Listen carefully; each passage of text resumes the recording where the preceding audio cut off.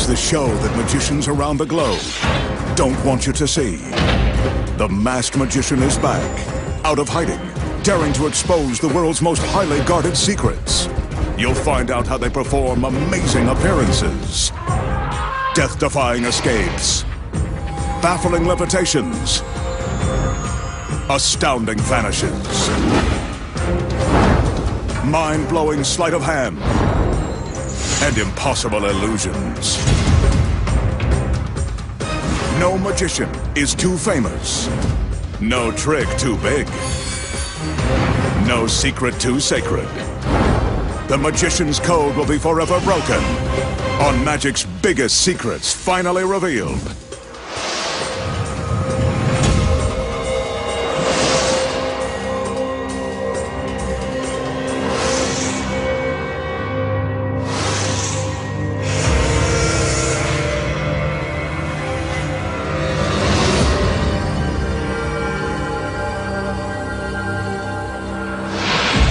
Tonight, the Masked Magician pulls back the curtain and exposes the secrets to making a beautiful woman's middle disappear by magic, the mystery of Houdini's legendary steamer trunk, conjuring spirits from another world, plus escaping a life-threatening encounter with the Blades of Death. And much more, right now, on Magic's biggest secrets finally revealed. First up tonight, the magician has a mysterious illusion using the old steamer trunk of the late, great Harry Houdini. He'll also use this empty wooden frame.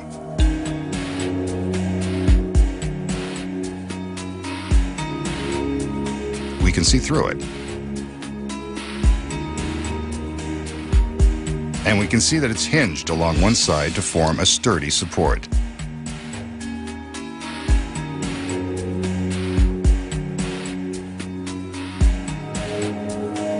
Next, he calls in two of his beautiful assistants and asks for their support.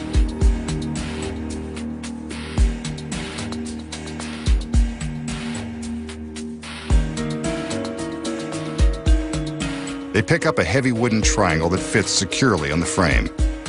Once it's in place, the triangle and frame form a low table. Thanks for the heavy lifting, girls. Your work here is done. For now. Now for Houdini's trunk.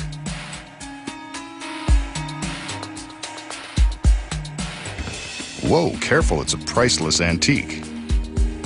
And it's empty. This is the same trunk Houdini used on his voyages to perform in Europe. But I bet he never had a traveling companion like this one. She can go the distance.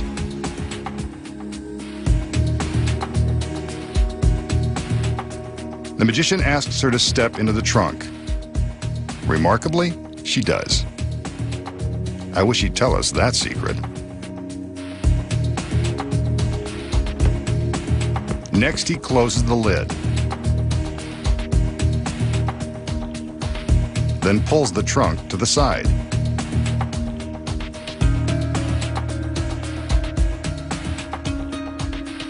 Now he uses the trunk to step up onto the table. Houdini probably wouldn't be too pleased about that. He motions for one of his assistants to return with a large sheet.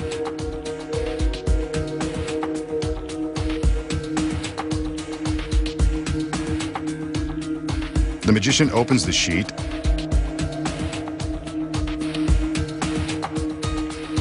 eventually and shows us that there's nothing hidden inside. Now watch carefully. He holds the sheet in front of him and slowly raises it up. He lowers the sheet to prove he's still there. He raises the sheet again, and when he lowers it, he's not alone. It's the girl from the trunk, in case you didn't recognize her. But he checks her out just to be sure. And now for the trunk.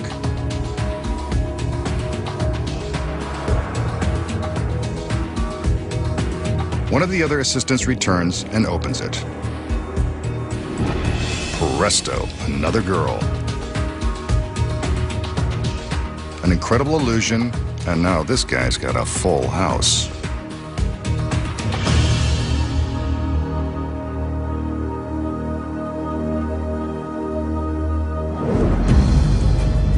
So how did the magician make one assistant disappear from Houdini's steamer trunk, reappear on the table, then conjure up another girl from inside the trunk? Here are the secrets. When the illusion begins, the magician shows us the trunk. The first secret is that hidden behind it is the girl who will appear later. She's on stage from the beginning of the trick. And by the way, that's not really Houdini's trunk. We made that up because it sounded good. Next, the magician displays the wooden frame, making sure we can see through it. Hidden behind the frame is the next secret. Both halves contain hidden black roller shades. On each corner is a spring-loaded release catch. When the girls place the triangular top on the frame, the pressure trips the spring-loaded catches and the black shades are released. The audience believes that they can still see through the frame, but they are really looking at the shades. The key is the black backdrop that matches the black shades. As the girls are distracting us with their exit, the concealed assistant slides from behind the trunk into the table. From behind, we can see how the trunk and table hide her from the audience as she sneaks inside. Now that she's no longer in the trunk, the magician is free to tip it over and show that it's empty. He tips it upright and invites his next assistant to join him. At this point, the girl on the table sneaks back out and carefully climbs into the trunk.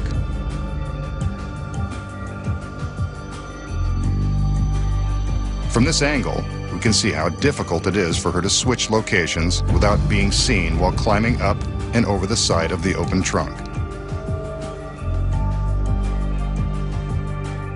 Next, the magician invites his new assistant to climb into the trunk. There's a secret here, too.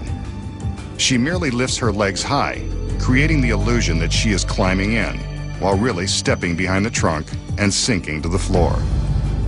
From behind, we can see how convincingly she mimes stepping inside the trunk. Now it's her turn to slide into the table. Yes. The magician slides the trunk away with the concealed girl inside. Next, the magician appears to teleport his assistant from the trunk to the table. He raises the sheet, and there she is.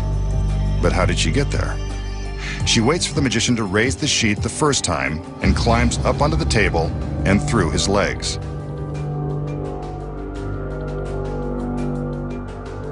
The sheet is lowered, and when it is raised again, she simply stands up, a second before it is lowered for her reveal. Lovely. Finally, the trunk is open to reveal the other girl. And that's how it's done. Next, the magician will demonstrate a popular close-up trick that uses nothing more than an ordinary spool of thread.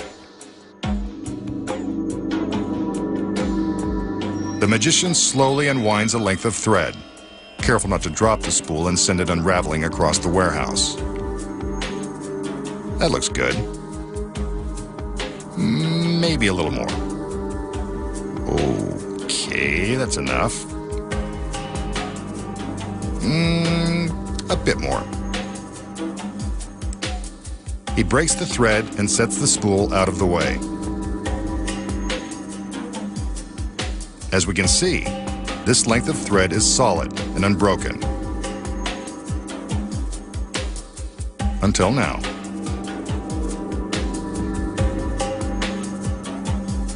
He breaks the thread into several short pieces.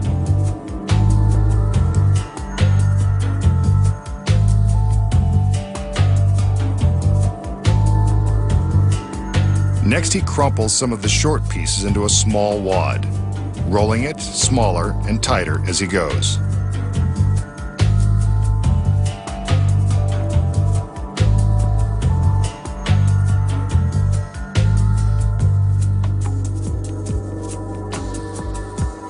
Happy with his little wad, he takes it and attaches it to the remaining short piece.